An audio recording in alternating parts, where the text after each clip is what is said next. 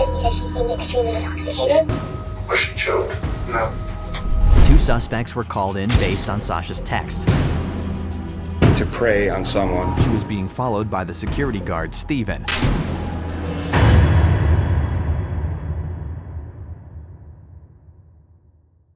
There's no place like home. It's a safe place where you return to relax. But what happens when your home gets invaded by the person that was supposed to protect it? This is the story of Sasha Samsudin and how her security guard invaded her apartment and murdered her. What was the reason for him committing such a heinous crime? Was this a well-planned murder or an accident? Sasha Samsudin, a 27-year-old social media manager in Orlando. She graduated from the University of Florida and was very successful. Hey guys, I'm Sasha from 407apartments.com, and I'm also this year's AAGO Education Chair. I'd like to invite all of you guys out to Lisa-Palooza, an event that's being held on September 27th at the Plaza Live on Bumby Avenue in downtown Orlando. Her coworkers loved her bubbly and happy personality. Sasha had a habit of going out partying most weekends. Who knew that one of these late-night parties would draw her to the night she was brutally murdered? Sasha had recently moved into a new place at Uptown Place Apartments. She was very excited about upgrading her apartment, but what she didn't know was that moving to a new place also came with its own fair share of risks. It was the last day of the soccer season. Sasha and her friends were out supporting Orlando City in their purple jerseys. When the home team won, she and her friends decided to go to a party and celebrate. They went to the Attic nightclub and partied until 12:30. A close friend of Sasha, Anthony, told authorities that she was ready to leave, but then they got separated. It was common for them to get separated and meet up at some other bar, but that night, Sasha didn't meet him again. He also said Sasha was supposed to meet him the next day for breakfast, but she never showed up or answered any calls or texts. Worried, Anthony and two other friends arrived at Uptown Place Apartments and found Sarah's car. They tried knocking on her door, but there was no answer.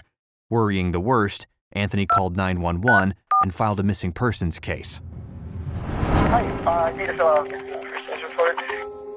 We went to her apartment to go check. She's there, and she's on. And what is her first name? Her first name is Sasha. That one was the last one before. Is this peculiar for her? Has she not done this before? Is she suicidal? Do you think she would hurt herself or others? Absolutely not. The police arrived at 8 p.m. and made the most gruesome discovery. The dead body of Sasha Samsudin was lying under her bedsheets. She was found laying in a state of torture with clear signs of strangulation on her neck. Sasha's blouse was also torn, indicating assault. As the police investigated the scene, they kept smelling cleaning supplies. Someone had the time to clean up after the gruesome act. Her phone, purse, and keys were also nowhere to be found. But despite cleaning everything up, the murderer made one crucial mistake. There was a mysterious thumbprint found on Sasha's toilet seat lid. Now the only question is, whose prints were these?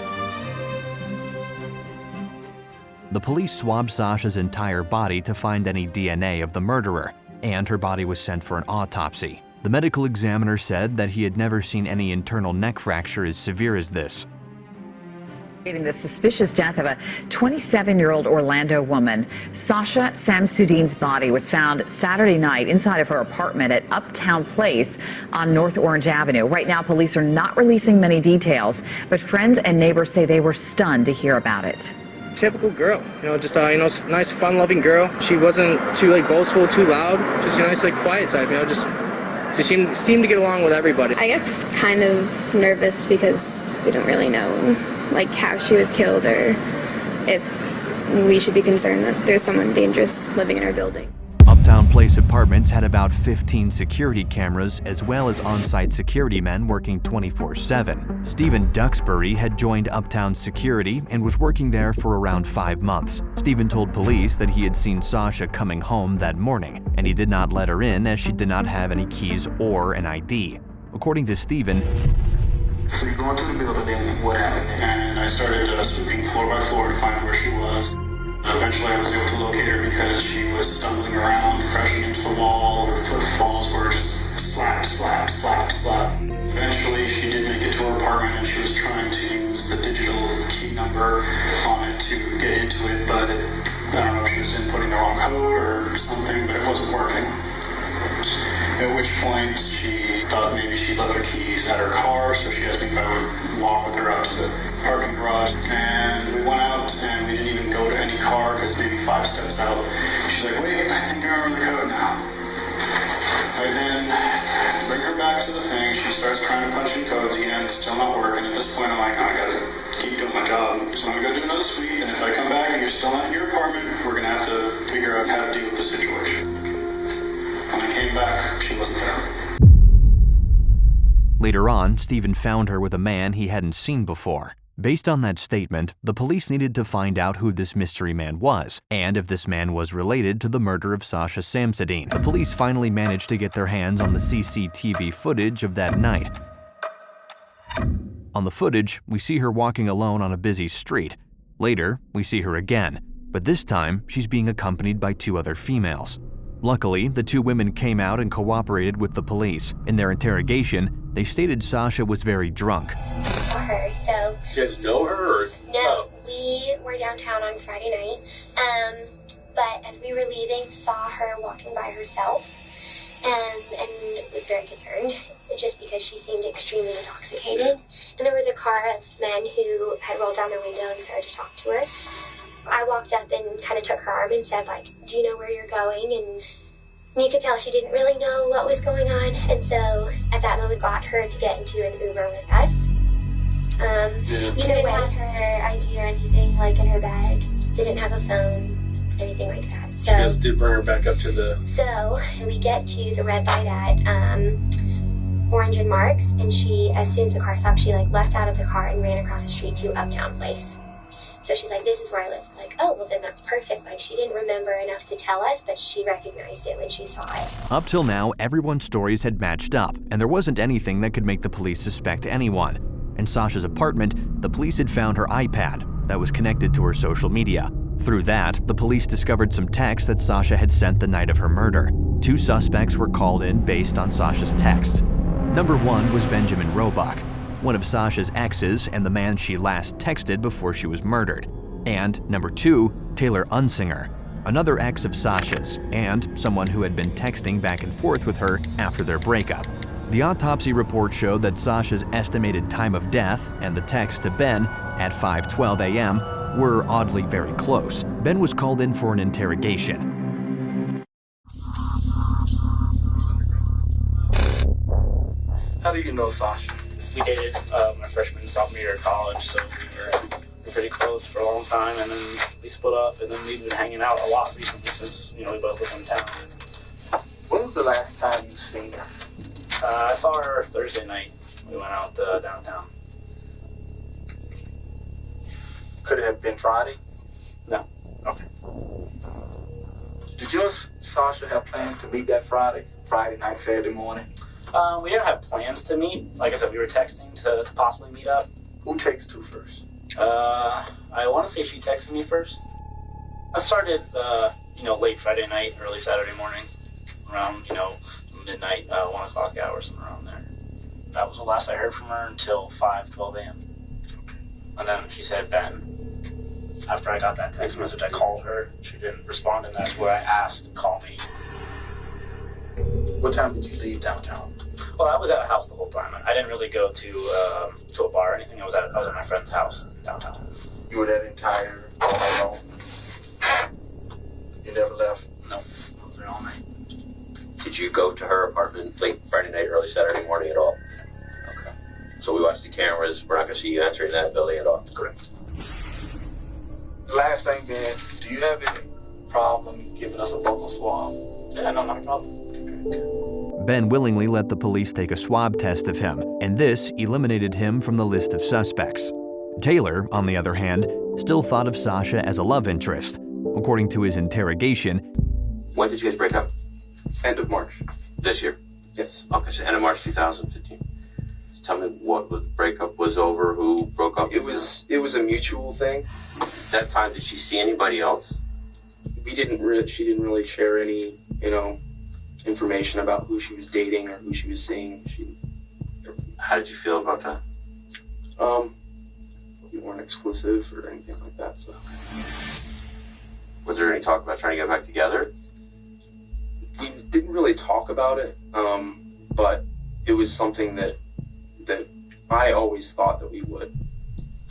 Do you know where you were last Saturday? Around 1 o'clock in the morning. Let's say late Friday evening or early Saturday morning. I was home. I got off work Friday night at about 9:30. I had bartended because there were some bartenders that needed to take some time off, so I picked up a shift for them. Do you have any problem giving us a buccal swab, a DNA? I have no problem.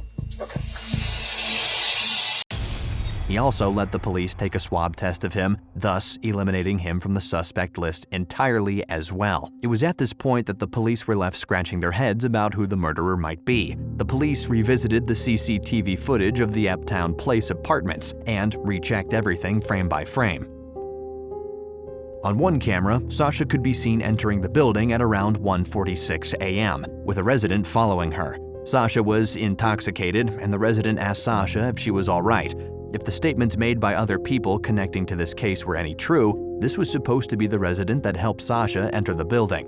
At 1:48 a.m., Sasha is seen heading up the stairs. She disappears from the camera view for 20 minutes, and at 2:06, she's seen running up the stairs. But this time, she was being followed by the security guard, Steven. Just like Steven stated in his interrogation, he followed her to her car at 2:25 a.m. They're seen leaving the building and returning. As stated by Steven, Sasha had remembered her door code. At 2:27 a.m., Sasha and Steven were going up the stairs again, but this time, only Steven came back down, locking the building entrance at 5:14 a.m. This was the last time Sasha was seen alive. The murderer had exactly 2.5 hours to commit the crime, if everyone's statements were true. The police were still searching for the culprit, and they were getting to a dead end. Until one statement became suspicious. According to Steven, his shift ends at 6 a.m., but on the night of the crime, Steven did not leave at 6 a.m. Rather, he finished his shift at 6:39 a.m. and was seen taking out the trash, a task that the security guards did not have the duty of doing. On closer inspection, the police found out that the trash that Steven threw away was taken from Sasha's house. Immediately, a search warrant was issued for Steven's home. Everything was now pointing at Steven. The police asked Steven to come in for a polygraph test. So here are the questions I'm going to ask you about that night. Okay.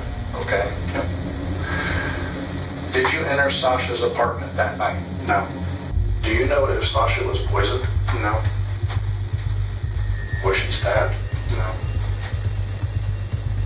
Was she choked? No. Well, you said the test lasts about 5 minutes or so? Yeah. Heart rate so high? Oh, yeah. Despite having a suspicious polygraph test result, the courts ultimately dismissed it and only looked at the hard evidence presented. The police took Steven's fingerprints and matched them with the thumbprint found at the crime scene. The prints matched and the case was built. The police also went through Steven's phone history and were shocked to see that he had searched the term "how to override a quick-set keypad lock." This internet search happened at around 5 in the morning, almost 3 hours after Sasha was last seen alive. Steven also had Sasha's bite marks on his left arm that he had covered up, meaning Sasha did not go out without a fight. The Orlando police chief showed up at a press conference later that day and stated that Orlando police investigators say 33-year-old Steven Duxbury was arrested around 10:30 this morning at his home in Port Orange. They say Duxbury was a security guard here at the Uptown Place apartments in downtown Orlando the night 27-year-old Sasha Samsudeen arrived home after a night out with friends. As a security guard, he used his access to prey on someone who was very vulnerable. Police Chief John Mina and his investigators say Duxbury sexually battered Samsudeen and strangled her in her apartment. They say he then wrapped her body in her comforter, using bleach to get rid of any DNA evidence. Investigators say Duxbury didn't realize he left behind some shoe prints on her carpet, and he also left behind fingerprints on her toilet seat, which he left up. Detectives said they hope Duxbury's arrest lets residents here sleep easier tonight. The jury's made a decision and found Steven guilty. Steven was sentenced to life in prison. Sasha's parents got the justice their daughter deserved, but even after 2 years in an interview, they say that the grief doesn't stop. Sasha had a funeral at a private ceremony after the tragedy, which blended Hindu, Islamic, and Christian practices. Sasha's parents now offer support to all those who come to them and have lost their children to some tragedy.